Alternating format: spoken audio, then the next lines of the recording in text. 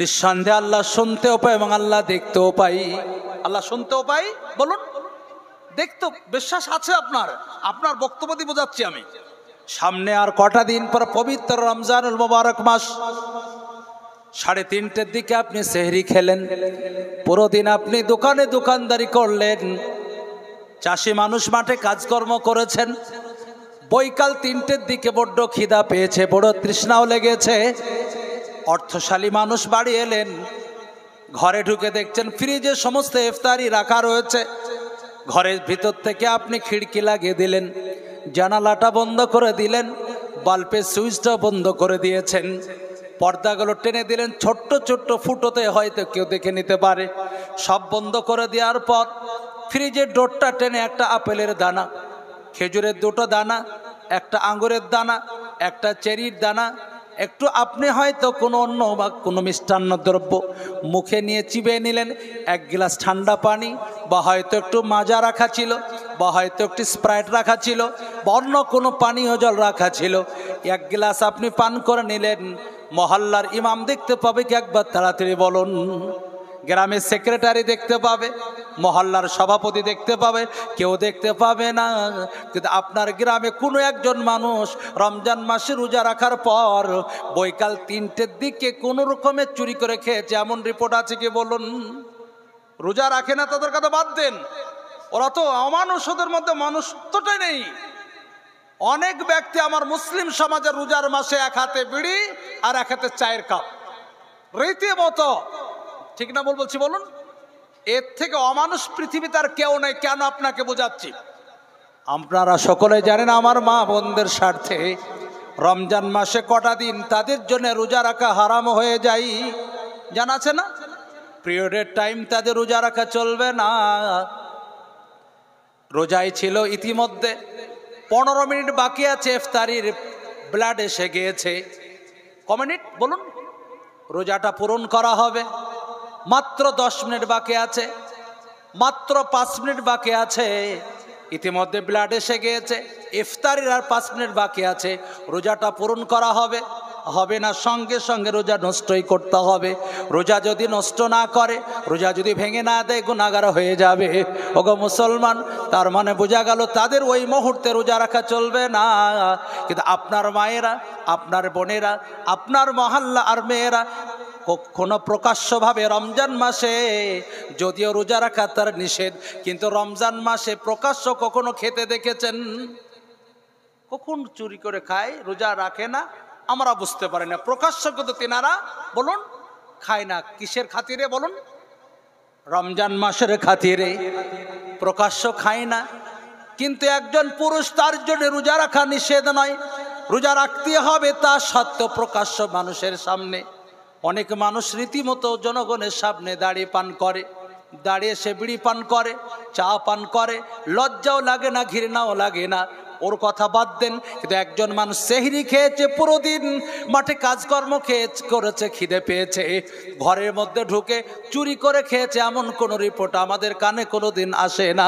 ও জানে গ্রামের ইমাম দেখতে পাবে না, সেক্রেটারি দেখতে পাবে না, সভাপতি দেখতে পাবে না, মহল্লার কেউ দেখতে পাবে না, কিন্তু ওর ব্রেনে আছে এতক্ষণ পর্যন্ত যার জন্যে না খেয়ে না পান করে সুখে আছি, সে মহান আল্লাহ আমার খাওয়া পান করাটাকে 16 আনা দেখতে পাবে। এই জন্য এখানে একটা হাদিসও শুনে দিই। আমার নবী, বিশ্ব নবী বলেছেন, আল্লাহ বলেছেন, যাকে হাদিসে কুদসি বলা হয়, আল্লাহ বলেন আসসামুলি ওয়ানা আজজি বিহি, আল্লাহ বলেন রোজা আমার জন্য, এর প্রতিদান, এর নেকি, এর পুণ্যি আমি নিজ কুদরতি হাতের দ্বারাই দিই। একবার জোরে বলুন সুবহানাল্লাহ। কিন্তু এখানে একটা প্রশ্ন হবে, নামাজ আমরা আল্লাহর জন্যে পড়ি, হজ আল্লাহর জন্যে করি, যাকাত আল্লাহর জন্যে দিই, কিন্তু কোনো জায়গায় আল্লাহর রাসূল এমন বলেন নাই যে আল্লাহ বলেছেন আসসালাতুলি আল হজ্জুলি আর যাকাতুলি, হজ আমার জন্যে, যাকাত আমার জন্যে, নামাজ আমার জন্যে, এমন কথা কোনো হাদিসের মধ্যে নেই। শুধুমাত্র রোজার জন্যই বলেছেন। তার কারণ হচ্ছে লোক দেখানো, অনেক সময় নামাজও পড়া হয়, অনেক সময় হজ করা হয়, অনেক সময় যাকাতও লোক দেখানো দেওয়া হয়, কিন্তু কখনো কোনো দিন মানুষ লোক দেখানোর জন্য রোজা রাখে না। কার জন্য রাখে বলুন? সমস্ত ইবাদতের নেকি আল্লাহ কিরামান কাতিবিন তাদের মাধ্যম দিয়ে লেখান। আর নেকি এই রোজার আল্লাহর নেকিটা নিজ কুদরতি হাতের দ্বারায় তিনি দেন। আপনি সকলে জানেন, যদি কেউ আপনার মহল্লার রাষ্ট্রপতির কাছ থেকে মাত্র 50 টাকা দামের একটা ফুলের গুছা গিফট পেয়েছে, একটা 25 টাকা দামের বই একটা গিফট পেয়েছে, আর একজন সলিমউদ্দিনের কাছ থেকে 50,000 টাকা পুরস্কার পেয়েছে, আপনার সমাজে কোন পুরস্কার দাম বেশি? আপনারা সকলে বলুন, কোনটার বলুন না, কোনটার বলুন? রাষ্ট্রপতির মাত্র 25 টাকা দামের একটা গুছা বা একটা 25 টাকা দামের বই, সারা জীবন লেখে বেড়াবো আমি রাষ্ট্রপতি পুরস্কার প্রাপ্ত। সলিমউদ্দিনের কাছ থেকে 50,000 পেয়েছেন, এটা কিন্তু কখনো কোনো জায়গায় লিখবে না। ফেরেশতার কাছ থেকে হাজারো নেকি পেয়ে থাকেন, ওটা আলাদা একটা গুরুত্ব। আর আল্লাহর কাছ থেকে মাত্র একটা যদি আপনি নেকি পেয়ে থাকেন, কিয়ামতের দিন আল্লাহ যখন আপনাকে জাহান্নামে দিতে যাবে, আল্লাহকে বলবেন তুমি দিচ্ছে দাও, তাতে কোনো অভিমান নেই, কিন্তু আমার কাছে এমন একটা নেকি আছে, তাতে তোমার সিগনেচার আছে, তোমার স্ট্যাম্প রয়েছে, তোমার মোহর রয়েছে। তখন আল্লাহ সব জানা সত্ত্বেও বলবে কই দেখাও। তখন ওই নেকিটা আপনি যখন দেখাবেন, আল্লাহ মুচকি হেসে বলবে আমার সিগনেচার যুক্ত যখন নেকি আছে, আমি তোমাকে আর জাহান্নামে দিতে পারলাম না, যাও তোমার জন্য আমি জান্নাত কনফার্ম করে দিলাম। এখান থেকে আমি বলতে চাইছিলাম, আপনার বিশ্বাস আছে সবটা আল্লাহ দেখতে পায়, এই জন্য রোজা রেখে কোনো রোজাদার ব্যক্তি চুরি করে খায় না। ওগো মুসলমান, বাড়ি মদ পান করছেন, মহল্লার কেউ না দেখতে পেল, কেউ দেখতে পাই, ওজনে আপনি কম দিচ্ছেন, কাস্টমার দেখতে পাচ্ছে না, কিন্তু নিঃসন্দেহে কাস্টমারের মালিককে। আপনি কাউরির জমির আল কোবাচ্ছেন, জমির মালিক সেখানে নেই, কিন্তু জমির মালিকের মালিককে দেখতে পাই।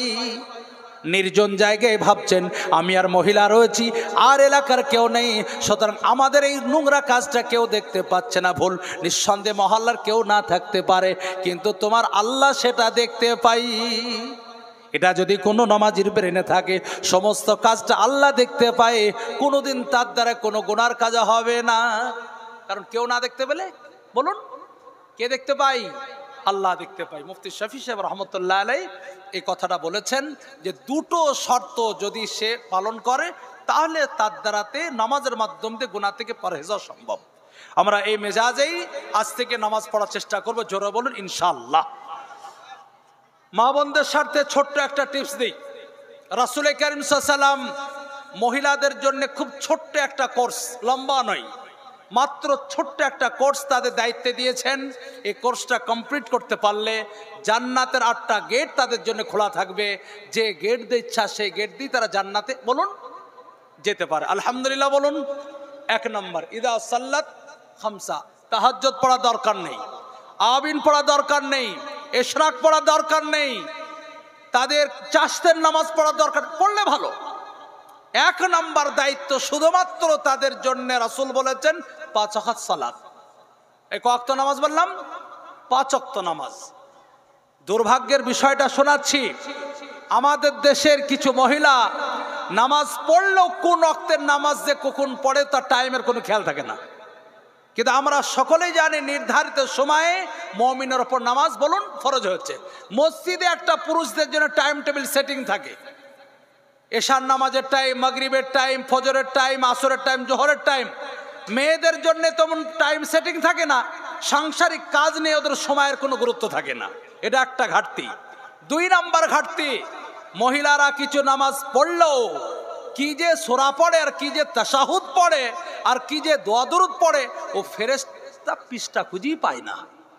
ও আরবিতে পড়ছে না ফার্সিতে পড়ছে কোরআনটা। বক্তব্যটা তো হাসলেন না, এটা হাসি নয়, এটা খুব লজ্জার বিষয়। এর জন্য দায়ী কিন্তু আমাদের সমাজের মোড়ল মাথাপুররা, সমাজের যেনারা কর্ণধার তারা দায়ী। তার কারণটা বলি, কচি অবস্থায় মেয়েদের শিক্ষার ব্যবস্থা আমরা একটু করলেও ইসলামিকভাবে এখনো পিছিয়ে আছি। আমাদের দেশে অন্য জায়গায় অপচয় প্রচুর খরচ হয়। প্রত্যেক বছর একটা জালসার পেছনে লক্ষ লক্ষ টাকা খরচ হয়। একজন বক্তা মাত্র 1.5-2 ঘন্টা বক্তব্য দিয়ে 20,000, 30,000, 40, 50, 60, 70 হাজার টাকা দিয়েও আমাদের জাতি একটা বক্তা নিয়ে আসে। ঠিক না ভুল বললাম বলুন? একটা প্যান্ডেলের পেছনে ৮০,০০০ ৯০,০০০ খরচ, একটা প্যান্ডেলের বাদ দিয়ে আবার মাইকের জন্য হাজারো খরচ, কিছু কিছু জালসাই তাবারুকের পেছনে হাজারো খরচ, কিছু কিছু এলাকায় জালসায় বিরিয়ানি না হলে জালসাই কবুল হলো না, তাই ভাবে লক্ষ লক্ষ টাকা জালসায় খরচ। কিন্তু আপনাকে আশ্চর্য একটা তথ্য দিয়ে যাই, মুফতি জার্জিস কেন, এর থেকে আরো বড় তাবড় যদি আপনি বক্তা নিয়ে আসেন, আপনার এই মহল্লার একটা ছেলে মেয়েকে কোরআন শিখে বাড়ি যেতে পারবে না, এই মহল্লার একজনকে তাশাহুদ শিখে বাড়ি যেতে পারবে না, এই মহল্লার একজনকে একটা দুরূদ শরীফ শিখে বাড়ি যাবে না, পারবে না উনি। ও টাইম কোথায়? আপনার মেয়েটাকে কোরআন শিখাবে কচি অবস্থায়, আপনার কচি অবস্থায় ছেলেটাকে কোরআন শিখাবে মহল্লার ইমাম সাহেব। কিন্তু দুর্ভাগ্যের কথা, আমাদের দেশে ইমামের কদর নেই। 30 দিন ডিউটি করে, 30 দিন ডিউটি করে 24 ঘন্টা, তাকে মাসে আমরা 20,000 টাকা বেতন দিতে আমাদের কপালে ঘাম বের হয়ে যায়। আর একজন বক্তাকে মাত্র 2 ঘন্টা বক্তব্য দিয়ে 20,000, 30,000, 50,000 টাকা পর্যন্ত আমরা পকেট থেকে বের করে সহজেই দিতে পারি। একই ক্যাশিয়ার, জালসারও যেই ক্যাশিয়ার, মসজিদেরও সেই ক্যাশিয়ার। পাড়ার ছেলেদের একটু মায়া হয়েছে যে ইমাম সাহেব 30 দিন ডিউটি করেন, আমাদের 24 ঘন্টা তিনি আর কোনো দ্বিতীয় কাজ করার সময় নেই। একটু ভাবা যায় না গো? আমরা বক্তাদেরকে তো ভালোই আপ্যায়ন করলাম, তো ওই ক্যাশিয়ার বলছে যে বক্তাকে 30,000, 40,000 টাকা খামে ভরে দিয়েছে, আগেই 15,000 টাকা অ্যাকাউন্টে দিয়ে দিয়েছে। ইমাম সাহেবের বেলায় বলছে যদি ইমামের বেতন বাড়ে তাহলে আমার ক্যাশিয়ার থাকবো না, তাই বলছে। এটা হচ্ছে পরিস্থিতি, কিছু করার নেই। হাদিস শুনুন, আমার নবী বিশ্বনবী বললেন মাসাজিদু মামিরাতুন ওয়া হিয়া খারাবুম মিনাল হুদা, একটা হাদিস। 2 নাম্বার রাসূল বললেন ইন্না মিন আশরাতি সায়াত বাগান নাস বিল মাসাজিদ। রাসূল সাল্লাল্লাহু আলাইহি ওয়াসাল্লাম বলছেন কিয়ামতের আলামত, মানুষ মসজিদকে নিয়ে অহংকার ফখর করবে। পার্শ্বের আপনার বাজারে, আপনার ভগবানপুর বাজারে গল্প হবে, এক মহল্লার ছেলেরা বলবে আমাদের মসজিদে 7খানা এসি লাগানো আছে। পার্শ্বের আর একটা মহল্লার ছেলেরা বলবে এসি আমাদের মসজিদে ভিয়েতনাম কোম্পানির মার্বেল লাগানো আছে। পার্শ্বের আর একটা মহল্লার ছেলে বলবে শোন আমাদের মসজিদে মার্বেল আসা আছে, এসিও আছে, সিলিং পর্যন্ত পুরো ওয়ালটা একদম কাজারে কোম্পানির টাইলস বসানো আছে। আর একটা মহল্লার ছেলে বলছে আমাদের মসজিদে এমন সুন্দর ট্যাপ নলকাপ লাগানো রয়েছে, হাত দিলেই পানি বের হয়ে যায়। এসব গল্প করছে, ফখর করছে। পাশে মুরব্বী জানতে চাইলো বাবু তোমরা নামাজ পড়ো? চাচা সময় কই, টাকা চেয়েছিল টাকা দিয়েছি, নামাজ পড়ার টাইম নেই। এটা একটা কিয়ামতের আলামত, মসজিদ কেন ফখর করবে। 2 নাম্বার রাসূল বললেন মাসাজিদুম আমিরাতুন হিয়া খারাবুম মিনাল হুদা, মসজিদ আলিশান হবে, অর্থাৎ মসজিদের প্রত্যেকটা মাল ব্র্যান্ডেড কোম্পানির হবে। মার্বেল দামি, টাইলস দামি, পুট্টি দামি, মাইক টাহুজা কোম্পানির, ফ্যান্টা ক্রামটম কোম্পানির, এসিগুলো প্যানাসোনিক কোম্পানির, সব দামি, কোনো মালটা কমা নেই। কিন্তু ইমাম সাহেবটাও সন্তোষ কোম্পানি খুঁজে বেড়াবে, মানে যত কম রেটের হবে। যদি 15,000 টাকার ইমাম পাই তো 18,000 ইমাম সাহেবকে বলবে হুজুর আপনি হিসাব করে নিতে পারেন। এই হচ্ছে জাতির অবস্থা। কিন্তু আল্লাহর কসম বলছি এটা জাতির অবনতির একটা মূল কারণ। এটা বাঙালিদের মধ্যে সব থেকে ঘাটতি রয়েছে। আমি 7 বছর বাইরে পড়াশোনা করেছিলাম দারুল উলুম দেওবন্দে। আমি কোনো দিন আড়ম্বর সঙ্গে এত মোটা অঙ্কের ব্যয় করে আমি জালসায় কোনো দিন নন বেঙ্গলিদেরকে খরচ করতে দেখি নাই। ইমাম সাহেবদের বেলায় তেনারা খুব সজাগ।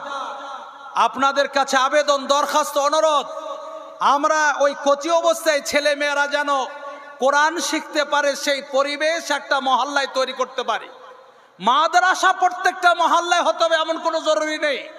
মহল্লার মসজিদের সঙ্গে ইমাম সাহেবকে একটু এক্সট্রা দায়িত্ব দিয়ে যে হযরত আমাদের যে সমস্ত কচিকাচা ছেলে মেয়েরা প্রাইমারিতে যায় তাদেরকে একটু কোরআন শিখিয়ে দিবেন, তার জন্য আলাদা আপনার বোনাস। মুরব্বীরা আসরের পরে একটু বসে দোয়া দুরূদ শিখবে, তার জন্য আলাদা।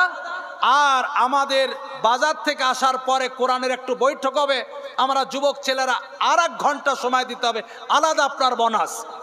এই দায়িত্ব ইমাম সাহেবদের উপর চাপে দেবেন। ইনশাল্লাহ সুম্মা ইনশাল্লাহ 3 বছর পর গ্রামটার গেট আপ চেঞ্জ হয়ে যাবে। কিন্তু আমাদের দেশে ওই পরিবেশটা তৈরি করা যাচ্ছে না। এই জন্য অনুরোধ আবেদন যে কচি অবস্থায় আমার মায়েরা আমার বোনেরাও যেন কোরআনটা শুদ্ধ করে নিতে পারে, এই পরিবেশ আমরা প্রত্যেকটা মহল্লায় একটু তৈরি করার চেষ্টা করব। জোরে বলুন ইনশাআল্লাহ। দায়িত্ব মা বোনদের স্বার্থে বলছিলাম 4টে। 1 নাম্বার হলো নামাজ, 2 নাম্বার ইজা সামাত শাহরাহা, রমজান মাসের রোজা। আমি জানি আমার মায়েরা বোনেরা পুরুষের তুলনায় রোজাটা ভালো রাখে, এতে কিন্তু তাদের ঘাটতি নেই, কিন্তু একটা ছোট্ট ঘাটতি আছে। রোজা রাখলে কি হবে, রমজান মাসে রোজার অবস্থায় প্রতিবেশীর সঙ্গে কোনো একটা বিষয়কে কেন্দ্র করে যদি ঝামেলা লেগে যায়, সেই দিন কিন্তু রোজার বাবার নাম ভুলে দেয়। এমন খিস্তি আর এমন গালি, সেই গালিগুলো কানে নেওয়া যায় না, মুখে রিপিট করা যায় না। হাদিস রাসূল কারীম সাল্লাল্লাহু আলাইহি ওয়াসাল্লাম বলেছেন, আলামাতুল মুনাফিক আরবা, মুনাফিকের আলামত হচ্ছে 4টে। 1 নাম্বার ইদা উতিমিনা খানা, আমানতের মাল রাখতে দিলে নষ্ট করে দেয়। 2 নাম্বার ওয়াইদা হাদাসা কাযাবা, কথা বললে মিথ্যা বলে। 3 নাম্বার ওয়াইদা আহাদা গাদারা, ওয়াদা করলে ভঙ্গ করে দেয়। আর 4 নাম্বার ওয়াইদা খাসামা ফাজারা, না 4 নাম্বার ওয়াইদা খাসামা ফাজারা, যদি কোনো রকমের ঝগড়া লাগে তো খিস্তি বকতে শুরু করে। এটা মুনাফিকের বৈশিষ্ট্য। মা বোনদের স্বার্থে এটাকে আপনাদের জন্য পেশ করছি। কখনো যদি কোনো একটু টুকঝুক হয় ম্যানেজ করে নেবেন, গালি দেবেন না, অশ্লীল ভাষা ব্যবহার করবেন না, অশালীন ভাষা ব্যবহার করবেন না। এটা মুমিনা মুসলিমার বৈশিষ্ট্য নয়, এটা মুনাফিকের বৈশিষ্ট্য। 3 নাম্বার মা বোনদের স্বার্থে বলছি, নিজের স্বামীর আনুগত্য করা, স্বামীর অন্তরে ভক্তি শ্রদ্ধা, স্বামীর অন্তরে মর্যাদা সম্মানকে এটাকে প্রকাশ করা। স্বামীর একটা মূল্যবান যে বস্তু, এটা আপনার মানে কি ব্রেনে রাখা। আর 4 নাম্বার তাদের মূল্যবান সম্পদ গুপ্ত স্থানের হেফাজত করা। এই প্রসঙ্গটাকে বড় লম্বা করা যায়, আমি বেশি বিস্তারিত যাচ্ছি না। মা বোনদের স্বার্থে বলছি, আপনারা হচ্ছেন অত্যন্ত সম্মানীয় শ্রদ্ধা। ইসলাম মহিলাদেরকে যে ইজ্জত সম্মান দিয়েছে, আল্লাহর কসম বলছি পৃথিবীর কোনো ধর্ম কোন মাযহাব এত সম্মান ইজ্জত দেয়নি যতটা ইসলাম দিয়েছে। আর ইসলাম যে মেয়েদেরকে সম্মান দিয়েছে তার মূল অস্ত্র হচ্ছে পর্দার মাধ্যম দিয়ে। এটা হচ্ছে সব থেকে সম্মানের বড় চাবিকাঠি। সুতরাং মা বোনদের স্বার্থে বলছি, আপনার ইজ্জত, আপনার মর্যাদা, আপনার সম্মান আপনার হাতে। সুতরাং আপনার মূল্যবান সম্পদ অর্থাৎ গুপ্ত স্থানকে হেফাজত করার দায়িত্ব হচ্ছে আপনার। আল্লাহ যেন আপনাদের এই মূল্যবান দায়িত্বগুলোকে পালন করার তৌফিক দান করুক, সকলে মিলে আল্লাহুম্মা আমিন। তো মহিলাদের জন্য 4টে মাত্র এদের দায়িত্ব রয়েছে, তারা এই 4টে দায়িত্ব পালন করলে জান্নাতি। 1 নাম্বার প্যাকেট করে দিই কথাটা, 5 ওয়াক্ত সালাত, 2 নাম্বার রমজানের রোজা, 3 নাম্বার নিজের স্বামীর ইজ্জত আনুগত্য করা, আর 4 নাম্বার নিজের মূল্যবান সম্পদ অর্থাৎ গুপ্তস্থানের হেফাজত করা। এই 4টে কাজ করলে মহিলারা জান্নাতি। আল্লাহ তাআলাদের যেন আমল করা তৌফিক দান করুক, সকলে মিলে আল্লাহুম্মা আমিন। মূল জায়গায় ফিরে আসছি আমি। আল্লাহ রাব্বুল আলামিন জাহান্নামী দের মুখ থেকে আলোচনা করাবেন জাহান্নামে যাওয়ার কারণ। 1 নাম্বার নামাজি না হওয়া, এটাকে আমি এখান থেকে শেষ করছি। 2 নাম্বার জাহান্নামরা বলবে ওয়ালাম নাকুন নুতঈমুল মিসকিন, আজকে জাহান্নামে এসেছি তার 2 নাম্বার কারণ গরিব মিসকিন অসহায় দরিদ্রদের খেতে দিতাম না। খুব ভাইটাল একটা হাদিস শোনাচ্ছি, আবু দাউদের মধ্যে রয়েছে, মিশকাতের মধ্যে হাদিসটাও আছে। রাসূল কারীম সাল্লাল্লাহু আলাইহি ওয়াসাল্লাম বলছেন, ভালো করে শুনবেন, একদিন আল্লাহ আমার মানে কি আল্লাহ রাব্বুল আলামিন আমাকে জানতে চান, ওমা দারজাত, হে নবী মুহাম্মদ সাল্লাল্লাহু আলাইহি ওয়াসাল্লাম, মানুষের সম্মান কিসে বাড়ে, দুনিয়াতে এবং পরকালে সম্মান কিসে বাড়ে?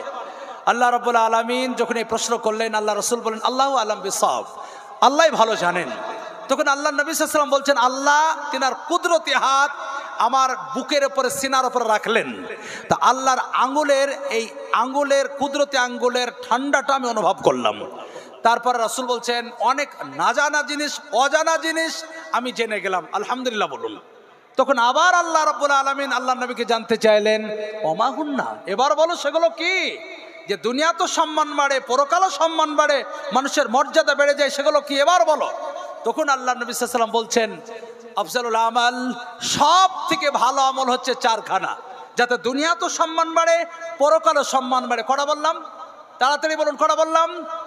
আমল করবেন, যদি করেন তাহলে বলবো। এক নম্বর রাসূল সাল্লাল্লাহু আলাইহি ওয়াসাল্লাম বলেন ইতামুতাম, 2 নম্বর ইফশাউ সালাম, 3 নম্বর হচ্ছে লিনুল কালাম, 4 নম্বর আসসালাতু ওয়ান নাস বলুন নিয়াম। সব থেকে দামি আমল, যাতে দুনিয়াতে সম্মান বাড়বে পরকালে সম্মান বাড়বে, 4খানা। 1 নম্বর ইতামুতাম, গরিব মিসকিন অসহায় দরিদ্রদের খেতে দেওয়া। একটু আলোচনা লম্বা করতে হবে।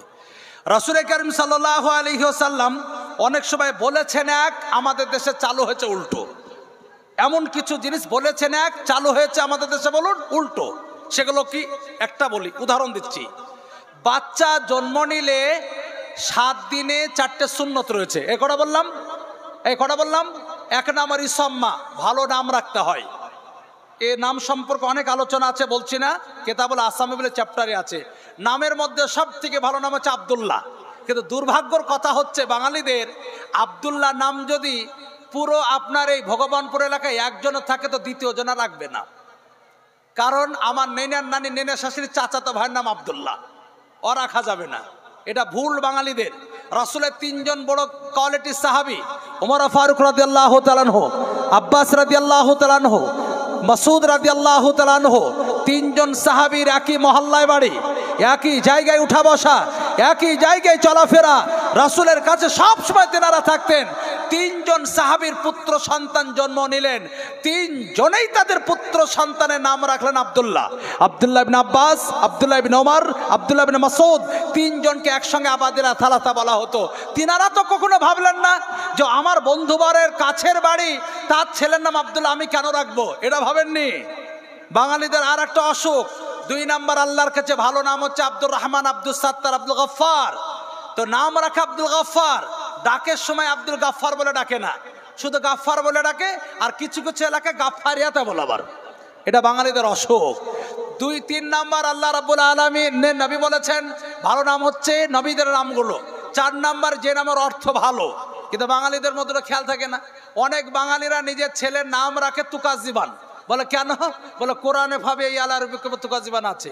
মাসখানিক আগে আমার মুর্শিদাবাদে একটা জালসায় শেষে বক্তব্য আমার স্নেহভাজন মৌলানা আজিজুল ইসলাম সাল্লামাহু, অনেক সময় আপনাদের দেশে আসে দেখবেন কারি রিয়াসতুল্লাহ সাহেবের ঢঙে বক্তব্য করে। তো আমার 4-5 বছর আমার কাছে পড়াশোনা করেছি। তো সে বলে হুজুর আপনি শেষে একটু বলে দোয়া করে দিবেন, আর আপনিও হয়তো একটু বলেন, কিছু মানুষ দেবে। কালেকশনে খুব পাকা আসে ছেলে। তো যাই হোক, আমি একটু বললাম, কেউ কিছু দিলে দিতে পারেন, আমি এক্ষুনি দোয়া করে দিব। তো কই 1 ব্যাগ 2 ব্যাগ 5 ব্যাগ করে সিমেন্ট। একজন বলছে হুজুর ঝুন্টু শেখ 10 ব্যাগ সিমেন্ট। কি শেখ? তো ঝুন্টু শেখ কি নাম, একটা ভালো নাম বলো। তো বলছে ঝুন্টু শেখের ভালো নাম হচ্ছে কাজী বিন। তে বলছে কি বললাম, কাজী বিন। মানে ঝুন্টু যা খারাপ তার থেকে আরো বড় খারাপ, কাজী বিন মানে মিথ্যাবাদী। বাঙালিরা নাম রাখে। লজ্জার কথা বলছি, ওজন মিলায় বাঙালিরা কি আলিমউদ্দিন, কলিমউদ্দিন, ফাহিমউদ্দিন, আর একটা ছেলের নাম রেখেছে জালিমউদ্দিন, মানে ধর্মের ওপর অত্যাচারী। তো এগুলো হচ্ছে বাঙালিদের কালচার। তো বলতে চাইছিলাম যে নামটা 7 দিনে ভালো রাখতে হবে। হাদিসের মধ্যে আছে হাক্কুল ওয়ালাদ আলাল ওয়ালিদ ইহসান ইসমাউ আদাবাহু, পিতা মাতার ওপর ছেলে মেয়েদের অধিকার হচ্ছে কচি অবস্থায় যেন একটা ভালো নাম রাখে আর ভালো যেন আদব শিক্ষা দেয়। এটা বাবা মার ওপর এটা অধিকার ছেলে মেয়েদের। তো বলছিলাম 1 নাম্বার ভালো নাম রাখা, 2 নাম্বার মাথাটা নাড়া করা, 3 নাম্বার আকিকা দেওয়া, আর 4 নাম্বার তাহনিক। তাহনিক মানে আমাদের বাঙালিরা জানেই না। কোনো বুজুর্গ ব্যক্তির কাছে নিজের ছেলেটাকে 7 দিনে নিয়ে যাবে, মিষ্টান্ন কোনো দ্রব্য, হাদিসে খেজুরের শব্দ আছে, চিবাবেন সেই বুজুর্গ ব্যক্তি, আর তার রস, তার লালা বাচ্চার মুখে বলুন লাগিয়ে দেওয়া। এটা আমাদের দেশে বন্ধ হয়ে গেছে। আমাদের দেশে জানেই না, ওই ঈদের দিনে দুধ চিনি খাওয়ায় ইমাম সাহেবের কাছে নিয়ে যে, বা স্বাদ খাওয়ায়। আর কিছু কিছু এলাকায় তো এর জায়গায় আবার জন্মদিন পালন করা শুরু হয়েছে। আকিকা দেয় না, তাহনিকও নেই, জন্মদিন পালন করা শুরু করেছে। তো রাসূল বলেছেন এক, চালু হয়ে গেছে আর এক। তো সেই রকম আর একটা জিনিস রাসূল গরিব মিসকিন অসহায় দরিদ্রদেরকে খেতে দিতে বলেছেন। আমাদের দেশে চালু হয়েছে কি, আব্বা মারা যায়, মা মারা যায়, দাদি মারা যায়, নানি মারা যায়, 3 দিন একটা মিলাদ, 7 দিনে একটা মিলাদ, 21 দিনে বড় করে মিলাদ, যে 40 দিনে ওর নেনার নানি নেনা শাশুড়ি থেকে শুরু করে 350 কুটুম নিয়ে বাড়িতে পিকনিক শুরু করেছে। গরিবদের কোনো খবরই নেই, কিন্তু ওর বসকে দাওয়াত করেছে, মহাজনকে দাওয়াত করেছে, জুনিয়র নেতাগুলো সিনিয়র নেতাদেরকে দাওয়াত করেছে বাপের খাওয়ানোর জন্যে। এই ঠিক না ভুল বললাম বলুন? কিন্তু অ্যাকচুয়ালি খাওয়াতে পারেন আপনি গরিব মিসকিন যারা কোনোদিন মিনিকেট চাল, কোনোদিন রসমালাই, তৃপ্তিভোগ, কালাকান, মটন, চিকেন যারা কোনোদিন পায়নি তাদের সামনে আপনি পরিবেশন করবেন, এমনি ভিতর থেকে দোয়া বের হয়ে যাবে, আল্লাহ কোন স্বার্থে খাওয়ালো, এনাদের মনের আশা মিটিয়ে দেবে। বলবো কি বলবো না বলুন? কিন্তু আমাদের দেশে খবরই নেই, গরিবদের জন্য কোনো রকমের আমাদের কোনো চেষ্টাই নেই। মধ্যে মধ্যে আমরা গরিবদেরকে পার্সোনালি ভাবে ডেকে ওদেরকে বারান্দায় বসে খাওয়ানোর চেষ্টা করবো ইনশাল্লাহ। বলুন জোরবেন ইনশাল্লাহ। হাদিসের মধ্যে আছে কোন পিপাসিত ব্যক্তিকে যদি পানি পান করায় কিয়ামতের দিন রাহিকে মখতুম তাকে পান করানো হবে। কোন বস্ত্রহীন ব্যক্তিকে যদি বস্ত্র দেওয়া হয়, রাসূল সাল্লাল্লাহু আলাইহি ওয়াসাল্লাম বলেছেন কিয়ামতের দিন তাকে আল্লাহ জান্নাতের খাবার বা বিশেষ করে জান্নাতের পোশাক তাকে পরে দেওয়া হবে। কিন্তু আমাদের দেশে এগুলো কোনো রকমের সিস্টেমই নেই, আমাদের দেশে অন্য সিস্টেম চালু হয়েছে। এই জন্য 1 নাম্বার বলছিলাম ইতামুত্তাম, গরিব অসহায় দরিদ্রদেরকে মধ্যে মধ্যে খেতে দেবেন ইনশাআল্লাহ। বলুন 2 নাম্বার ইফশাউস সালাম, বেশি বেশি সালামটা প্রচার নেই বাঙালিদের মধ্যে। চায়ের দোকানে এক গাদা মুসল্লি বসে আছে, ইমাম সাহেব সালাম দিয়েছে, অনেকে উত্তর দেয়, অনেকে বলে হুজুর হ্যাঁ ঠিক আছে, মানে বেটা সালামের উত্তরটা ভালো জানা নেই। আবার কেউ উত্তর দেব মনে করছে কিন্তু বলছে হুজুর আমি তো নামাজ পড়ি না, উত্তর দেওয়া হবে তা বলছে। আবার একটু আগেকার তুলনায় চালু হয়েছে, কিন্তু বাইর বাবা ইমাম সাহেবকে দেয়, মুয়াজ্জিনকে দেয়, যার মুখে দাঁড়িয়ে আছে তাকে দেয়, যে নামাজ পড়ে তাকে দেয়। বাড়িতে সালাম ঢুকেনি, আব্বাকে দেয় না, মাকে দেয় না, ভাইকে দেয় না, বোনকে দেয় না, স্ত্রীকে দেয় না। বলে ভাইকে কেন সালাম দাও না? বলে হুজুর কি করে সালাম দিব, লজ্জা লাগে। কিন্তু ওই ভাইয়ের সঙ্গে জমি জায়গাকে কেন্দ্র করে ঝামেলা লাগে, এক নিঃশ্বাসে 3 বার গালি দেয়, তখন কিন্তু লজ্জা লাগে না, সালামটা দিতে লজ্জা লাগে। মুফতি জার্জিসের বক্তব্য শুনে ভাবছে আজকের বাড়িতে সালাম দিয়ে প্রবেশ করব। রাত্রি 11টা 12টার দিকে বাড়ি ঢুকছে, সালাম দিয়েছে, ঠকঠক করে আওয়াজ, গেটটা স্ত্রী খুলেছে, সালাম দিয়েছে আসসালামু আলাইকুম। তো স্ত্রী বলছে তুমি কবে থেকে মৌলবি হলে? বলছে মানে আগে তো কোনোদিন শুনেনি। কিন্তু হাদিসে আছে যে বাড়িতে সালাম দিয়ে প্রবেশ করবে সেই বাড়িতে শয়তান কোনো কুচক্রান্ত করতে পারে না। আজ থেকে আমরা বাড়িতে সালামের পরিবেশ করবো ইনশাআল্লাহ। বলুন 3 নাম্বার রাসূল কারীম সাল্লাল্লাহু আলাইহি ওয়াসাল্লাম বলেছেন ওয়ালিদুল কালাম, আবেগে নয়, উচ্ছ্বাসে নয়, কর্কশ ভাষায় নয়, অহমিকার সঙ্গে নয়, অহংকারের সঙ্গে কথা নয়, নম্রতা, ভদ্রতা, শালীনতা, যত নরম হয়ে কথা বলবেন তত দুনিয়া তো সম্মান বাড়বে, পরকালেও সম্মান বাড়বে। আপনি অবাক করার তথ্য হলেন, রাসূল কারীম সাল্লাল্লাহু আলাইহি ওয়াসাল্লাম এইভাবে মসজিদে একদিন, এটা তো বাইরে, মসজিদে সাহাবীদেরকে দিন শিখাচ্ছেন। ইতিমধ্যে হঠাৎ একটা অ্যাক্সিডেন্ট ঘটে গেল। কি অ্যাক্সিডেন্ট? একজন আরবি মানে অমুসলিম, তার সাথে সাথে জ্ঞানহীন, বুদ্ধি নেই, অসামাজিক, অশালীন একজন ব্যক্তি দাঁড়িয়ে দাঁড়িয়ে বালা কাইমান দাঁড়ে পেশাব শুরু করে দিয়েছেন। সাহাবীদের মধ্যে অনেক ব্যক্তি মেজাজ কড়া করে মাহমা এই পেশাব বন্ধ কর, মেজাজ তীক্ষ্ণ করে তেনাকে পেশাব বাধা দিচ্ছেন। আমার নবী বলে লা তাজারমুহ, এই বাধা দিও না, পেশাবটাকে করতে দাও তাকে। মুহাদ্দিসিন কেরামরা 2টো মত বলেছেন। 1 নাম্বার রানিং অবস্থায় পেশাব বন্ধ হলে বেচারা স্বাস্থ্যের ক্ষতি হবে। 2 নাম্বার মসজিদটা বেশি নোংরা হয়ে যাবে, ওকে পেশাবটাকে করতে দাও তো। সাহাবীরা মনে মনে ভাবলেন ঠিক আছে হয়ে যাক, পেশাব হয়ে যাবে তখন আমাদের হাতে তুলে দিবে, তখন ঠিক তাকে উদাম পাদাম একটু যা দেওয়ার ওকে দেব। সাহাবীরা সব অপেক্ষা রয়েছেন, পেশাব হয়ে গেল। আমার নবী সাল্লাল্লাহু আলাইহি ওয়াসাল্লাম তাআলা হুনা, বাবু এখানে এসো। বলে হাযাল মসজিদ লিসসালাতি ওয়া লিকিরাতিল কুরআন ওয়া লিতাসবিহ ওয়া লিযিকরিল্লাহ। বলে বাবু এটা মসজিদ কোরআন তেলাওয়াতের জন্য, নামাজের জন্য, জিকির আজকারের জন্য, তাসবিহ তাহলিলের জন্য, লা লিল কাদর আল বাউল। এটা পেশাবের জন্য নয়, পায়খানা নোংরা জিনিস নিক্ষেপ করার জন্য নয়। ভুল করেছো বাবু, আগামী তার করবা না, যাও চলে যাও। সুবহানাল্লাহ বলুন। সাহাবীরা আরো রেগে গেলেন, হুজুর নিজেও কিছু বললেন না আর আমাদেরকেও কিছু বলুন বলতে দিলেন না। আল্লাহর নবীর সাহাবীরা সব একদম মানে চেহারাটা লাল, রেগে আছেন। কিন্তু কার ক্ষমতা আছে রাসূলের সামনে মুখ খোলার? কিন্তু রাসূল বুঝতে পারছেন আমার সাহাবীদের মধ্যে একটু আলাদা ভাব কাজ নিচ্ছে। আমার নবী বিশ্বনবী এক সাহাবীকে বলেন বাবু এক বালতি পানি নিয়ে এসো তো। এক সাহাবী ছুটে যে এক বালতি পানি নিয়ে এলেন। আমার নবী পবিত্র হাত দিয়ে সেই পানি ঢালতেন, পরিষ্কার করতে শুরু করলেন। সাহাবীরা ছুটে এসে বলেন হুজুর আপনি কেন করবেন? কেড়ে নিয়ে পেশাবটা পরিষ্কার করলেন। বাবু হয়েছে? বলে হ্যাঁ।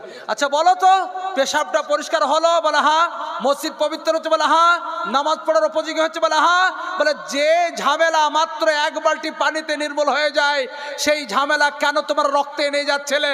যেভাবে তোমরা তার উপরে উঠেছিলে জেগে, তার উপর আক্রমণ যদি করতে, তার গোষ্ঠীর মানুষ, তার মহল্লার মানুষ, তার সম্প্রদায়ের মানুষ সব ঝাঁপে আসতো।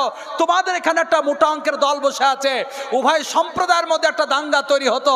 কোরআনে কারিম আল্লাহ বলেছেন, ইন্নাল্লাহা লা ইউহিব্বুল মুফসিদিন, আল্লাহ ফিতনা ফাসাদকারীকে পছন্দ করেন না। তো তোমরা কেন এটাকে রক্তে নিয়ে যাচ্ছিলে? ঝামেলাটা মাত্র এক বাটি পানিতে নির্মূল হয়ে গেল। একবার জোরে বলুন না সুবহানাল্লাহ। আমার বলার উদ্দেশ্য, ইসলাম এমন একটা ধর্ম, রাসূল কারীম সাল্লাল্লাহু আলাইহি ওয়াসাল্লাম শিখিয়েছেন লিনুল কালাম, নম্রতার সঙ্গে কথা বলবা, আবেগের সঙ্গে নয়, কর্কশ ভাষায় নয়, তীক্ষ্ণ মেজাজে নয়। যত নম্রতার সঙ্গে কথা বলবেন তত আপনার এখানেও মান বাড়বে, পরকালও বলুন।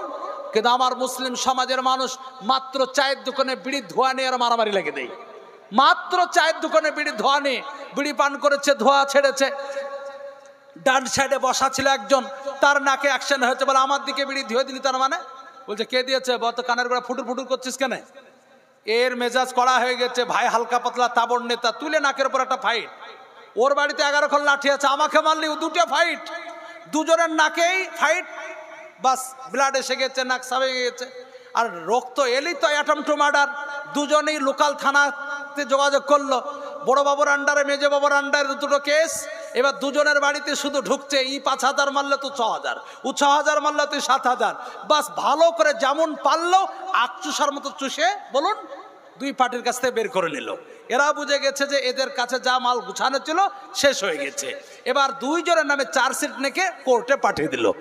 এখন দুই বেটা দুটো উকিল ধরেছে, বলে স্যার আমরা একটু কাজ কামের লোক, ডেলি তো আসতে পারবো না, যেদিন যেদিন আমাদের ডেট পড়বে জানাবেন, ফোন পে আপনার টাকা পাঠিয়ে দেবো।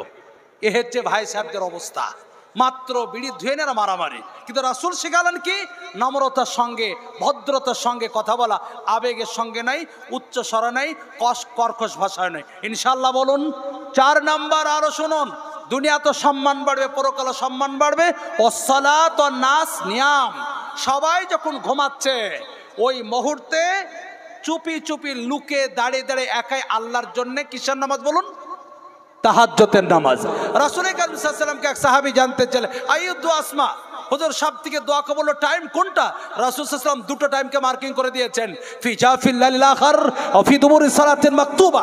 একটা হচ্ছে তাহাজ্জুদ রক্তের সময়, আর একটা 5 ওয়াক্ত ফরজ নামাজের বলুন পরে। এই দুটো সময় দোয়া বেশি কবুল হয়। সুতরাং দুনিয়া তো সম্মান বাড়াতে চাচ্ছেন, পরকালও সম্মান বাড়াতে চাচ্ছেন, তার জন্যে আপনার 4 নাম্বার রাসূল টিপস দিয়েছেন, রাত্রিতে সবাই ঘুমাবে আর আপনি লুকিয়ে চুপি চুপি আল্লাহর জন্যে দাঁড়িয়ে 2 রাকাত হোক, 4 রাকাত হোক, 6 রাকাত হোক, 8 রাকাত হোক, যেমন আপনার সাধ্য হবে একটু পার্সোনালি আল্লাহর সঙ্গে দেখা করতে যাওয়া, তাহাজ্জুদ নামাজ। ইনশাল্লাহ বলুন। কথাটা প্যাকেট করে দিই, মেয়েদের জন্য 4টে দিয়েছি, আপনাদের জন্য 4টে দিচ্ছি। 1 নাম্বার ভালো করে শুনলেন, 1 নাম্বার রাসূল কারীম সাল্লাল্লাহু আলাইহি ওয়াসাল্লাম বলেছেন ইতামুত তাম, গরিব অসহায় দরিদ্রদের খেতে দেওয়া। 2 নাম্বার ইফশাউস সালাম, বেশি বেশি সালামটা প্রচার করা। 3 নাম্বার লিনুল কালাম, আবেগে নাই, উচ্ছ্বাসে নাই, কর্কশ ভাষায় নাই, নম্রতার সঙ্গে কথা বলা। 4 নাম্বার ওয়াসসালাত ওয়ান নাস নিয়াম, সবাই যখন ঘুমাচ্ছে তখন আপনি চুপি চুপি আল্লাহর জন্য একটু যতদূর সম্ভব হবে দাঁড়িয়ে নামাজে সময় দেন। ইনশাআল্লাহ বলুন। মনে থাকবে তো? তো মহিলাদের জন্য 4টে, আপনাদের জন্য 4টে। এই পার্সোনাল কিছু আমল দিলাম, সাধ্য অনুযায়ী করবেন। ইনশাআল্লাহ বলুন। জাহান্নামে যাওয়ার 4টে কারণ। 3 নাম্বার কারণটা এবার বলছি, যুবক ভাইদের স্বার্থে বিশেষ করে এটা। জাহান্নামেরা বলবে ও কুন্না নাখুযু মাল খায়জিন, আজকে জাহান্নামে এসেছি। তার 3 নাম্বার কারণ, ভাই আমরা বেশিরভাগ গুনার মজলিসে সময় দিতাম, অশালীন, অশোভনীয়, অসামাজিক মজলিসগুলোতে টাইম দিতাম। 4টে ভয়ঙ্কর গুনার মজলিস, এ কথা বললাম, 4টে ভয়ঙ্কর গুনার মজলিস বেরেনে রাখবেন। 1 নাম্বার গান বাজনা। হাদিসে আছে কিয়ামতের পূর্বে 4টে গুনাহ ব্যাপক হারে চালু হবে। 1 নাম্বার গান বাজনা, 2 নাম্বার মদ, 3 নাম্বার সুদ, আর 4 নাম্বার কিয়ামতের পূর্বে ব্যভিচার আম সাধারণ হয়ে যাবে। 4টে গুনাহ আজকের ব্যাপক হারে চালু হয়ে গেছে। আরে হাজী সাহেবের দোকানে হাল খাতা হবে, গান না বাজালে কাস্টমার আসবে না, তা বলছে। বিয়ের মজলিসে কিছু কিছু এলাকায় গান বাজানোর পরিবেশ আছে, জানছি না আপনাদের এলাকার কি পরিবেশ। রাসূল বলেছেন নেকাহ মিন সুন্নতি, বিবাহ হচ্ছে আমার সুন্নত। কিন্তু মুসলিম কিছু ফ্যামিলিতে এই নোংরা কালচার শুরু হচ্ছে, বিয়ের মজলিসেই ডিজে বাজানো। কিছু কিছু এলাকায় দেখতে পাওয়া যায় বড় ঘৃণা, লজ্জাও লাগে। রাসূলের জন্মদিনকে পালন করাকে কেন্দ্র করে সে রবিউল আউয়াল মাসে ডিজে বাজে আনন্দ ফুর্তি হয়। আমার বিশেষ করে মালদা এলাকায় চাচল, আপনার ওই বিভিন্ন রকমের আপনার কিছু এলাকা আছে, চাচল, শামসি, সেসব এলাকায় কিছু এলাকায় দেখতে পাওয়া যায় জন্মদিনকে কেন্দ্র করে ব্যাপক নোংরা কিছু পরিবেশ। রাসূল সাল্লাল্লাহু আলাইহি ওয়াসাল্লাম বলেছেন কিয়ামতের আগে গান বাজনা ব্যাপক হারে চালু হবে। সত্যিকার আজকে দেখুন প্রত্যেকটা বাড়িতে TV, CD, theatre, LCD, DVD, সপরিবারে 40 বছর আব্বা, 35 বছরের মা, 24 বছরের যুবক ইয়াং ছেলে, 18 বছরের যুবতী মেয়ে, লিভিং রুমে ডাইনিং রুমে চলছে 40 ইঞ্চি রঙিন বলুন সিডি। একটা ছেলে একটা মেয়ের মুখে চুমো দেয়, একটা মেয়ে একটা ছেলের মাজা ধরে ডান্স করে। লজ্জা হায়া ঘৃণা কিচ্ছু নেই। বাপ তার মেয়ের সামনে, মা তার ছেলের সামনে, বর্দা তার বোনের সামনে, বোন তার বর্দার সামনে বসে দেখে। লজ্জা হায়া ঘৃণা তো দূরের কথা, বাবা তার মেয়েকে বলছে দেখ অভিনয়টা কত রোমান্টিক করলো। বুখারী মুসলিমের রওয়ায়াত, আমার নবী বিশ্বনবী বলেছেন আল ঈমান বিজু সাবুনা শাওবাতান ফাউজাল কাউলু লা ইলাহা ইল্লাল্লাহ ওয়া আদনাহা ইমাতাতুল আযানিত তারিখ ওয়াল হায়াউ শাওবাতুল মিনাল ঈমান। রাসূল কারীম সাল্লাল্লাহু আলাইহি ওয়াসাল্লাম বলছেন ঈমানের 70 এর বেশি শাখা আছে। সব থেকে ভালো শাখা যেটা আমি প্রথমে আলোচনা করেছি, আল্লাহ ছাড়া কারোর কোনো ক্ষমতা নেই এটা বলা, লা ইলাহা ইল্লাল্লাহ বলা মানে আল্লাহ ছাড়া কারোর কোনো ক্ষমতা নেই। আমল করার জন্য সুবিধাকার শাখা, রাস্তা থেকে কষ্টদায়ক জিনিসকে হটে দেয় যাকে মানব সেবা বলা হয়। আর আলাদা করে রাসূল বললেন লজ্জা একটা ইমানের বিশেষ শাখা। আরবিতে একটা প্রবাদ বাক্য আছে, ইদা ফাতাল হায়া ফাফাল মাশিতা। মানুষের লজ্জা সম্পদটা যখন নষ্ট হয়ে যায় তার দ্বারা সমস্ত রকমের গুনার কাজ সম্ভব হয়ে যায়। আজকের এই মানে কি নোংরা এমন পরিবেশ তৈরি হয়েছে, বর্তমান ছেলে মেয়েদের লজ্জা সম্পদটাই নষ্ট হয়ে যায়। এই জন্য অনুরোধ, আবেদন, দরখাস্ত, আমাদের এই সমস্ত কালচারগুলো বাড়ি থেকে যতক্ষণ আপনি নির্মূল না করাবেন, দূর না করাবেন, ততক্ষণ আপনি নিজের ছেলে মেয়েদেরকে পরিবেশে নিয়ে আসতে পারবেন না। মাত্র 1.5 ঘন্টায় ভাবছেন আমার ছেলেকে আব্দুল কাদের জিলানী বানাবো, অসম্ভব।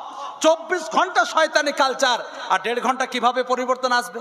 এই জন্য অনুরোধ, আবেদন, দরখাস্ত আপনাদেরকে বলছি, এই নোংরা কালচার আপনি নিজ দায়িত্ব হিসাবে, গার্জেন হিসাবে আপনাকে দূর করতে হবে।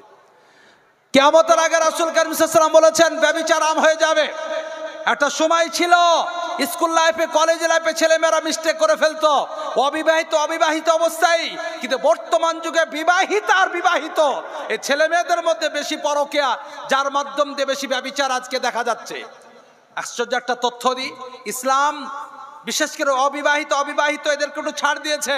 ইনকেস কোনো এরকম কাজে যদি ফেসে যায়, মিস্টেক করে ফেলে, বলে এদেরকে মেরে দিও না, 100 দূররা মেরে ভয় দেখাও যেন আগামীতে যেন এরকম কেউ নোংরা কাজে না ফাঁসে। কিন্তু বিবাহিতা মহিলা আর বিবাহিত পুরুষ যদি এমন কাজে ফেসে যায়, ইসলামের বক্তব্য না, ওদেরকে আর বাঁচিয়ে রাখা দরকার নেই, রাজম করে গলা দিয়ে পুঁতে পাথর মেরে ওদেরকে মেরে দাও। ইসলামিক আমাদের দেশ নয় বলে আজকের বেঁচে যাচ্ছ, কিন্তু বিশেষ করে বিবাহিতা আর বিবাহিত এদের জন্য একটা বিশাল বড় শাস্তি যদি কেউ এরকম নোংরা কাজে ফেসে যায়। কিন্তু আমাদের দেশে আবল আজকের চলছে, রানিং সংসারকে রেখে দিয়ে অন্য কোনো বিবাহিত পুরুষের সঙ্গে চলে যায়। 3-4 মাস পূর্বে স্বামীকে ডিভোর্স দেয়, ব্যাক ডেটে ওখানেই আবার একটা অন্য পুরুষকে বিয়ে করে। কোন রকমের আমাদের দেশে কোন রকমের আজকের হালাল হারামের ভেদাভেদ নেই। আল্লাহ রাসূল বলেছেন ব্যভিচার আম হয়ে যাবে। 3 নাম্বার, সুদ ব্যাপক হারে চালু হবে। আগে চুরি করে কিছু মানুষ সুদ খেত, কিন্তু এখন প্রকাশ্য প্রত্যেকটা মহল্লায়, প্রত্যেকটা গ্রামে মেয়েদেরকেও আজকের সুদের কারবারে লাগিয়ে দেওয়া হয়েছে। প্রায় গ্রামে, প্রায় ফ্যামিলিতে গ্রুপ লোনের সদস্য আজকের আমাদের দেশে তৈরি হয়ে গেছে। এই ঠিক না ভুল বললাম? প্রত্যেকটা মহল্লায়। একটা কথা বলে যাই, মেয়েদের ইনকাম করা নিষেধ নয়। রাসূল কারীম সাল্লাল্লাহু আলাইহি ওয়াসাল্লামের স্ত্রী গণেরাও ইনকাম করেছেন।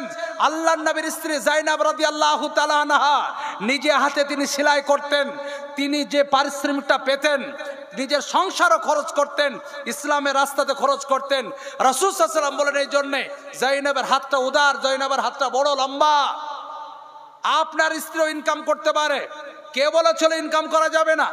আপনার স্ত্রী নারীত্বকে বহাল রেখে, মর্যাদাকে বহাল রেখে, আপনি গরিব মানুষ, আপনার সংসার, আপনার ইনকাম চলছে না, আপনার স্ত্রী পর্দায় বসে ঝালবাড়া ভেজে দিল, বেগুনি ভেজে দিল, চপ ভেজে দিল, স্কুলের গেটে আপনি বসে বিক্রি করছেন, কোনো সমস্যা নেই। ছোট ছোট বাড়িতে কিছু আপনার স্ত্রী বাজলো, প্যাকেটে করলো, দোকানে আপনি পাবলিসিটি করলেন, কে বললো করা যাবে না? আরে অন্য সমাজের মেয়েরা, বিশেষ করে আমাদের নদিয়া ডিস্ট্রিক্টে বাংলাদেশ থেকে অনেক মেয়েরা উঠে এসেছে, তারা রানাঘাট, কৃষ্ণনগরে দেখবেন ছোট ছোট প্যাকেটগুলো আপনাদের দোকানে আসে, কত সুন্দর করে বাড়িতে বসে বসে প্যাকেট করে, তাদের স্বামীগুলো মার্কেটে পাবলিসিটি করে। আর আমার দেশের মেয়েরা, বিশেষ করে মুসলমান মেয়েরা গুনার কাজে লিপ্ত হয়ে গেল গো। ব্যাংকে যে হুড়োহুড়ি শুরু করলো, গ্রুপ লোনের সদস্য বাড়িতে সুদের কালচারটা নিয়ে এলো। আপনার স্ত্রী সুন্দর করে পর্দায় বসে বাড়িতে গেলো, বসে মোটর কিনে নিল, ভাজলো, প্যাকেট করলো, স্বামী বাইরে বিক্রি করলো, লাড্ডু তৈরি করলো, প্যাকেট করলো, স্বামী বাইরে বিক্রি করলো, কোনো সমস্যা নেই। একটু সচেতন আপনার স্ত্রী।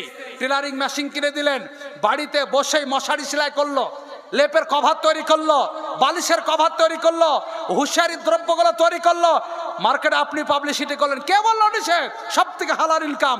আপনার স্ত্রী আর একটু শিক্ষিতা, কম্পিউটার জানে, বাড়িতে বসে একটা দুটো করে পেজ আপনার স্ত্রী বসে ডিটিপি করলো, আপনি প্রেসম্যানের সঙ্গে আন্ডারস্ট্যান্ডিং করলেন, কোনো সমস্যা নেই, সব থেকে হালাল ইনকাম।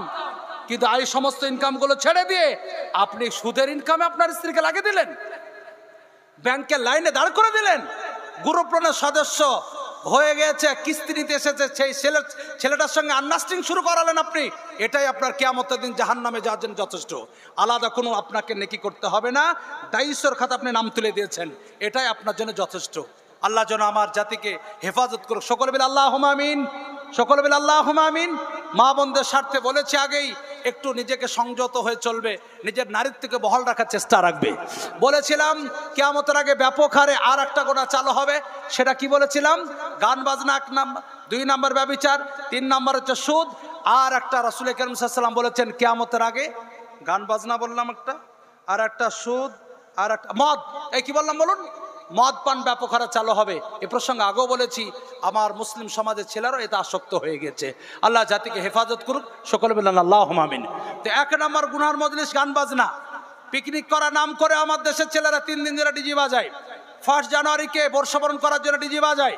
জেনে রাখবেন যুবক ভাইদের স্বার্থে বলছি, ইসলাম এমন একটা ধর্ম, লা ইউকাল্লিফুল্লাহু নাফসান ইল্লা উসাহা, শক্তির বাইরে ইসলাম কিছু চাপ দেয়নি আপনাকে, আপনার সাধ্য অনুযায়ী ইসলামে বোঝা চাপানো হয়েছে। ইসলামটা বড় উদার, আর দ্বীন ইসরুন, ইসলাম ধর্মটা বড় সহজ। অবাক করা কয়েকটা তথ্য দিই।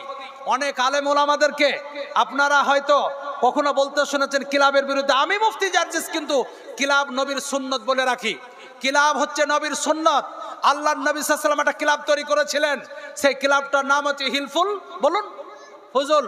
আল্লাহর নবী সাল্লাল্লাহু আলাইহি ওয়াসাল্লাম নবুয়ত প্রাপ্ত হওয়ার আগে যুবক ছেলেদেরকে নিয়ে যখন তাদের মধ্যে ফালতু জিনিস নিয়ে ঝগড়া, এলাকার কিছু অসহায় ব্যক্তিরা যখন মানে কি বিভিন্ন রকমের বিপদের সম্মুখীন, তখন আমার নবী সাল্লাল্লাহু আলাইহি ওয়াসাল্লাম যুবকদেরকে নিয়ে একটা সংগঠন তৈরি করেছিলেন, যেটাকে আল জামিয়া বলা হয়, ওইটাকে ইউনিয়ন বলা হয়, ওইটাকে একটা কোনো রকমের ক্লাব বলা হয়, ওটাকে একটা সংগঠন বলা হয়। ক্লাব তৈরি করা নবীর সুন্নত, কিন্তু ক্লাবের থিওরিটা নিতে হবে রাসূলের কাছ থেকে। ক্লাবের 1 নম্বর থিওরি, আমাদের এই ক্লাবের যেই সদস্য হবে 1 নম্বর শর্ত হচ্ছে তাদের প্রত্যেকই 5 ওয়াক্ত মুসল্লি হতে হবে। 2 নম্বর ক্লাবের থিওরি, এই ক্লাবের যেই সদস্য হবে রাসূলের সুন্নত অনুযায়ী তার ইউনিফর্মটা হবে, মাথার চুল রাসূলের স্টাইলে রাখতে হবে, কাজী নাবি স্টাইল চলবে না, 4 সাইডে চুল নেই, সামনে হনুমান বাঁদরের মতো চুল রাখবে, তার মানে তুমি ক্লাবের সদস্যের বাইরে। রাসূলের সুন্নত অনুযায়ী মুখে দাড়ি রাখবে, মুখের দাড়ি ছাড়তে ছাড়তে ছুচলো করে দাড়ি রাখবে না, দাড়িকে চাচ্ছে ঠুটনির নিচে একটু দাড়ি রাখলে এগুলো রাসূলের দাড়িকে ঠাট্টা মজাক তোমার জাহান্নামে যাওয়ার এগুলো সম্বল হয়ে দাঁড়াবে। রাসূলের সুন্নত অনুযায়ী মুখে দাড়ি থাকবে। কোন ছেলে যেন রাসূলের যে চেহারার গঠন সেই গঠনের বাইরে যেন না যায়, এটা হচ্ছে ক্লাবের 2 নম্বর সুন্নত। 3 নম্বর ক্লাবের সুন্নত, আমাদের এই ক্লাবের পক্ষ থেকে প্রত্যেকদিন রাত্রে 9টার সময় 1 ঘন্টা কোরআনের বৈঠক হবে। 3 মাসের মধ্যে প্রত্যেকটা ছেলে যেন এই কোরআনের যেন একটু সবক নিয়ে কোরআনটা শুদ্ধভাবে পড়তে শিখে নেয়। 4 নম্বর ক্লাবের থিওরি, আমাদের এই ক্লাবের পক্ষ থেকে কোনোদিন শয়তানি কালচার, গান বাজনা, নাটক বা বিভিন্ন রকমের অশালীন কাজ এই ক্লাবের পক্ষ থেকে কোনোদিন সংগঠিত হবে না। 5 নম্বর ক্লাবের থিওরি, অসহায় দরিদ্র তাদেরকে এই ক্লাবের পক্ষ থেকে হেল্প করা হবে। 6 নম্বর ক্লাবের থিওরি, এই ক্লাবের পক্ষ থেকে এমন গ্রামে আইন তৈরি হবে, কোনো চায়ের দোকানের টিভি সিডি বা কোনো রকমের আমাদের দেশের মহিলারা বেপরদায় কোনো নোংরা কাজে লিপ্ত এরকম একটা নিয়ম যদি তৈরি করা থাকে, আমি দায়িত্ব নিয়ে বলছি ওই ক্লাবের প্রত্যেকটা সদস্য কিয়ামতের দিন রাসূলের সঙ্গে জান্নাতে যাওয়ার সুযোগ পাবে। ক্লাবে থিওরি নিয়েছো শয়তানের কাছ থেকে। 1 জানুয়ারিতে আমাদের একটা ডান্স হবে, পুষ মাসে একটা পিকনিকের একটা একটা অনুষ্ঠান হবে, তারপরে ঈদের পরের দিন একটা ঈদ মিলন উৎসবের নাম দিয়ে একটা নোংরা মেয়েকে নিয়ে ডান্স করানো হবে। প্রত্যেকটা ক্লাবের সদস্য আরাম করে জাহান্নামের অধিবাসী হবা। ক্লিয়ার বলে গেলাম। আমি বলছি বিশেষ করে এই যে আজকের অনুষ্ঠানটা ক্লাবের পক্ষ থেকে হয়েছে, সাধুবাদ জানাচ্ছি। আমি প্রত্যেকটা ক্লাবের সদস্যকে অভিনন্দন জানাচ্ছি। আল্লাহ যেন আপনাদেরকে ভালো কাজে আরো যুক্ত হওয়ার তৌফিক দান করুন। সকলে বলে আল্লাহুম্মা আমিন। আপনাদের কাছ থেকে এমন কোন আশা করব না যেন কোরআন হাদিসের বাহিরাগত, কোরআন হাদিসের মতের বাইরে কাজ হবে, এরকম যেন কোনোদিন বলুন না হয়। নদিয়া ডিস্ট্রিক্টে কালীগঞ্জ থানায় একটা জায়গায় আমাকে জালসার দাওয়াত লিখে দিল যে হুজুর আপনার অমুক দিনে ডেটটা পাওয়া যাবে। হ্যাঁ পাওয়া যাবে। সবে কি ওরা বের হয়েছে, বলছে হুজুর 1 সপ্তাহ আগে ওই যারা জালসা দিচ্ছে তারাই কিন্তু ওখানে বিচিত্রা দিয়েছিল, ওদের ওপর খুব চাপ সৃষ্টি হয়েছে, তাই একটু চাপে এবার বলছে যা করেছে ভুল করে জালসা দিয়ে যেন ওটাকে পবিত্র হয়, তাই আপনাকে আর একটা বক্তা নিয়ে তারা জালসা দিবে। কি বললাম বুঝতে পারছেন তো? এটা চলে না যে একদিন পুজো করব আর একদিন নামাজও পড়বো, ইসলামে চলে না। ক্লিয়ার করা আছে যে কোনো একদিকে পা দিতে হবে, 2 দিক করলে হবে না। তা আমি বলতে চাইছিলাম বিশেষ করে আমার যুবক ভাই, আমাদের ইসলাম সত্যি এমন কিছু বিষয় ছাড় দিয়েছে, আমরা ঠিক জায়গায় সেগুলোকে আমরা আমলে বাস্তবায়ন করতে পারি। 10টা বন্ধু মিলে মন চাইছে একদিন ভালো মন্দ তৈরি করে খাও, অনুমতি আছে, কে মানা করেছে খাওয়া যাবে না, কিন্তু তুমি ওই খেতে যে 1 জানুয়ারিকে খুঁজে কেন বের করলে? পুষ মাসে খেতে হবে তোমাকে কে বলেছে? বলে হুজুর ভুরি ভুজি ভালো লাগে শীতের সময় তাই করছি। মেনে নিলাম, গান বাজনা কে তোমাকে বাজাতে বললো? তোমাকে কে মাজা দুলাতে বললো? কে তোমাকে মদের বোতল হাতে নিতে বলেছে? কোন আনন্দ তো তুমি ডান্স করছো? একটু মনে নেই তোমার আব্বা যেখানে শুয়ে আছেন কবরস্থান, তোমার ঘর বিশেষ করে ঈদগাহ, কবরস্থান, মসজিদ, মাদ্রাসা যেগুলো তোমার ইমানকে বাঁচিয়ে রাখবে, ইসলাম ধর্মের প্রতীক, এই সম্পত্তিগুলোকে নিয়ে আজকের কানা নজরে দেখছে সরকার বাবু।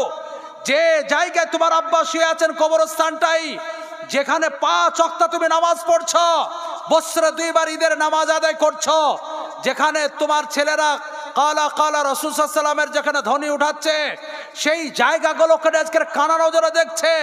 একটু কি তোমার চিন্তা নেই? আজকের ওয়াকফের সম্পত্তি কিনে কতই না আজকের নাটক করছে, আর তুমি রীতিমতো শয়তানি কালচার লিপ্ত আছো। অনুরোধ করছি যুবক, আবেদন রেখে যাচ্ছি, শেষ সময় এসে গেছ। এই মুহূর্তে যদি কোনো মুসলমান আজকের ঘুমিয়ে থাকে, নিঃসন্দেহে তার পরকাল বড় অন্ধকার হবে। শেষ জায়গায় আজকের হাত দিয়েছে মোদিজি। বিশেষ করে আজকের সম্পত্তি কিনে যেভাবে নাটক শুরু করেছে, মুসলমান যদি এখানে পিছিয়ে থাকে, আজকের আপনার বেঁচে থাকা, আজকের আপনার দুনিয়াতে টিকে থাকা সব বৃথা। মসজিদ, মাদ্রাসা, কবরস্থান, ঈদগাহ ইসলাম ধর্মের প্রতীক, ইসলাম ধর্মের ইউনিফর্ম, ইসলাম ধর্মের গেটআপ, এর পেছনে যদি কোনো রকমের হস্তক্ষেপ করে, আপনার ইমানটা টিকিয়ে রাখা, বাঁচিয়ে রাখা বড় দুষ্কর হবে। এই জন্য আপনাদেরকে বলে যাচ্ছি, যদি কখনো কোনোদিন এই ওয়াকফের সম্পত্তিকে কোন রকমের আজকের আমাদের কাছে কেড়ে নেওয়ার চেষ্টা করে, আর তার জন্য আপনার এলাকার উলামারা যদি কোনোদিন ডাকে, বাড়িতে সেদিন যদি বসে থাকেন আপনার কিন্তু কিয়ামতের দিন মুক্তি পাওয়া বড় দুষ্কার হয়ে যাবে। সেই দিন সমস্ত রকমের মাল জান যাবতীয় যা কিছু আপনার বিলীন করে নিজের এই মূল্যবান সম্পদগুলোকে টিকে রাখার জন্য ঝাঁপে পড়তে হবে। এতে কোনো রকমের আপোষ নেই। আমরা সকলে এর জন্য সর্বরকমের জিনিস আমরা দিতে বাধ্য থাকবো। জোরে বলেন ইনশাআল্লাহ, জোরে বলেন ইনশাআল্লাহ। মসজিদ, মাদ্রাসা, কবরস্থান, ঈদগাহ এটা আমাদের ইমানের সঙ্গে জড়ে রয়েছে। 3 তালাক নিয়ে কত মাতাব্বরি করেছ, সেখানে ঘুমিয়েছিলাম। ইউনিফর্ম সিভিল নিয়ে কত মাতাব্বরি করেছ, সেখানে আমরা মানে কোনো রকমের অতটা চাপ সৃষ্টি করিনি। কিন্তু বিশেষ করে এই বিষয়কে আজকের যেটা বারবার পার্লামেন্টে উত্থান হচ্ছে, আজকের মুসলমানের মূল জায়গা হাত। এই মুহূর্তে যুবকদেরকে বলে যাচ্ছি, ঘুমিয়ে থাকার সময় নয়, গুনাহাতে লিপ্ত থাকার সময় নেই, আনন্দ ফুর্তি করার সময় নেই বাবা। একটু এর জন্য আমাদের সকলকে সচেতন থাকতে হবে। জোরে বলুন ইনশাআল্লাহ। গুনার মজলিস আর একটা বলে যাই, চায়ের দোকানে একজন গীবত করে আর কিছু ব্যক্তি গীবতগুলোকে সুন্দর করে শুনে, এটা একটা গুনার মজলিস। এই মজলিস থেকে আমরা বিরত থাকবো ইনশাআল্লাহ বলুন। আর একটা গুনার মজলিস আমাদের দেশে, লজ্জা লাগছে বলতে, কষ্ট হয়, আজকের বিশেষ করে বিভিন্ন রকমের আজকের মানে কি সমালোচনা হয়, বিভিন্ন রকমের গীবত হয়। সেই সব মজলিসে কিছু ব্যক্তি রীতিমতো সময় দেয়। কোন মজলিস সেগুলো? বিভিন্ন রকমের দেখবেন খেলাধুলা, বিভিন্ন রকমের বক্তব্য চলে, সেখানে বিশেষ করে ওলামাদের বিরুদ্ধে, রাসূলের বিরুদ্ধে, সেখানে কোরআনের বিরুদ্ধে, হাদিসের বিরুদ্ধে যদি কোনো সমালোচনা হয়, সেই মজলিসে যদি আপনি বসেন তাহলে আপনি কিন্তু ভাগীদার হয়ে যাবেন। পারলে সেটা আপনি হাতের দ্বারা প্রতিবাদ করুন, সম্ভব না হলে মুখের দ্বারা প্রতিবাদ করুন, আর না হয় অন্তরে কমসে কম ঘৃণা করে মজলিস থেকে উঠে চলে আসুন। নচেত আপনার মধ্যে সব থেকে নিম্ন পরিমাণ ইমানটাও নেই, এটাই প্রমাণ হয়ে গেল। এটা হচ্ছে সব থেকে আজাফুল ইমান, নিম্ন মানে কি মানের ইমান, সেটাও নেই। এই জন্য যেখানে কোরআনের বিরুদ্ধে, যেখানে হাদিসের বিরুদ্ধে, রাসূলের বিরুদ্ধে, ওলামাদের বিরুদ্ধে, আপনার ফিকহ বিভিন্ন ইসলামিক লয়ের বিরুদ্ধে আলোচনা হবে, সেখানে আমরা কোনো রকমের সময় দেব না, বরং পারলে আমরা তার প্রতিবাদ করার চেষ্টা করব ইনশাআল্লাহ বলুন। 4 নাম্বার জাহান্নামে যাওয়ার কারণ, জাহান্নামার বলবে ও কুন্না নুকাযযিবু বিয়াউমিদ্দিন, আজকে জাহান্নামে এসেছি তার 4 নাম্বার কারণ আমরা পরকালটাকে অস্বীকার করতাম।